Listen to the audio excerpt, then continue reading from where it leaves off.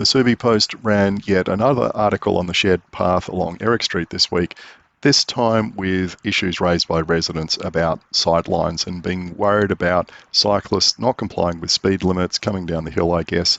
The duty of care and the liabilities of the bike path are not fully reflected to residents. Okay, and they're worried they're going to lose a big chunk of the verge outside of their corner block when the path goes through. It just so happened that on the day this was published, before I got to read it, I was in the area and I thought I'd ride up Eric Street and I'd ride into all the side streets on the southern side, which is where the shared path is going to go, and I would have a look at what the sight lines look like from the perspective of a driver coming out of one of these side streets and crossing where the flow of cycle traffic is going to go, and pedestrian traffic, obviously, because it's going to be a shared path. So I'm going from the railway line and I'm heading east. So I've come into the first street. It's a quiet street. You can see it's paved with red asphalt. There's a community centre or something on the left. It's supposed to be a slowish street, I guess. Are the sight lines an issue there?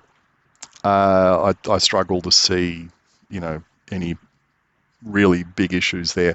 As long as drivers aren't, fanging it out of these side streets at full power. I mean, that's always going to be an issue, and I don't think there's much you can do about it unless you get into some really aggressive engineering, which totally restricts the ability of drivers to scream out of these side streets like their hair's on fire. Okay, Second Street, I just wanted to show, taking the lane here at this roundabout because, this is what you have to put up with at the moment if there's traffic. Quite a reasonably steep downhill into this roundabout. I can see drivers coming down here way too fast into this roundabout, but look at the sight lines. Absolutely massive, to the left and the right. And really the only issue I can see is, again, people just overcooking it coming down that hill in their cars. I don't know if this is the house where the residents are worried, but they've always got a Mini parked out there on the verge every time I go past. Perhaps they're worried about losing their free off-street parking there. Right, let's have a look at the next road or street.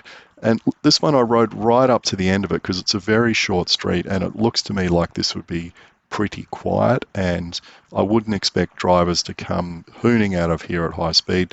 But let's just have a look at the sight lines as we approach the intersection. Right, the only problem I can see is cars parked there close to the corner. If you eliminated 2 parking spots there, wouldn't be a problem with sight lines in that direction. And again, remember, cyclists are going to be going uphill from that direction, so it's not like they're going to be going flat out. Coming down here, let's go through this next roundabout.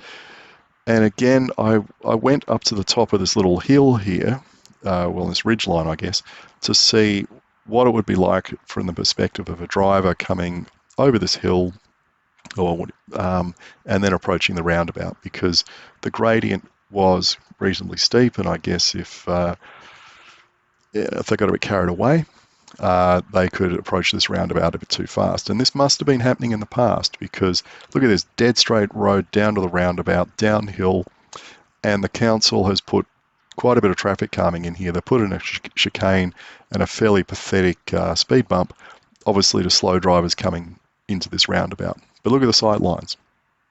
Just massive. You can see for miles in each direction just about. The only issue, again, is drivers just hooning down that hill. And, I mean, that's a problem for everyone. Drivers, pedestrians, cyclists, the whole lot. Now, why is it that I'm attuned to these sightline problems? Well, because we see them everywhere all the time on existing paths. This is nothing new.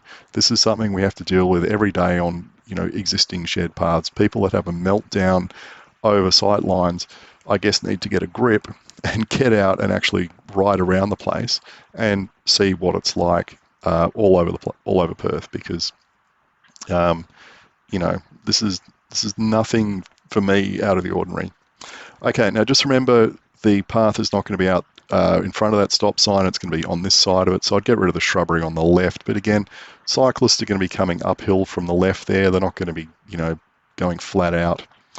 But I did find it interesting just this bit here, because this is where the shared path is going to go, down here. Those cars parked on the left, that's where it'll go. They'll be removed. I swung into the bottle shop, and from the look of those arrows, you're not supposed to drive out this way. This looks like an entry only to me. But of course, some driver might decide to do it. If they did, what's the issue with the sight lines? Yeah, they are restricted by parked cars. So if you're really concerned about it, get rid of some parked cars. Coming in from this direction, what's the issue? Well, as you swing around the corner, again, parked cars, blocking your visibility for cyclists coming down the hill.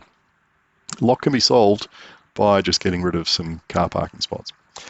I always like to pull in here just to see whether anyone is cycling or scootering to this cafe, because I usually see one or two bikes, and this time there's a scooter there as well. Look at that. They're actually getting some business from the two-wheeled people. So, do these residents have valid concerns about the sightlines? Yeah, I mean, there's sightlines issues everywhere. I mean, we've got sightline issues with our driveway. And you know what I do? The way I come out of our driveway, because it's on a very steep hill, much steeper than Eric Street. It's on the edge of the CBD, so there's a lot of foot traffic. We have people riding, scootering down the hill on the footpath. We even have segways coming up and down the hill from tourist groups coming down from Kings Park. What I do, when I get to the edge of the driveway, I just poke the nose of the car out a little bit, essentially roll the front wheel out onto the footpath. So anyone coming from the blind side, which is to the left, can see there's a car coming out, and they can start to, they can do what they need to do, which might be brake or take evasive action or whatever. And then I very slowly creep out to the point where I can see up the path. And by that stage, the car is occupying no more than half the width of the footpath. So even if someone was coming down the hill and didn't have time to stop, they could still go around in front of us. And I do not move across the footpath until the traffic coming from our right is completely clear, and I can drive out and I make sure there's no pedestrians, bikes, scooters, segways, skateboards, whatever, anywhere in my vicinity. That's all you have to do. That's your duty of care as a resident and as a driver to everyone else out there. I mean, you can't just go blatting in and out of your driveway without any concern for anybody else, particularly if your sight lines are restricted. If you know your sight lines are restricted, you need to do something about it yourself. You need to take responsibility. Don't just fob it off on everybody else and say, I come out of driveway now, everybody look out.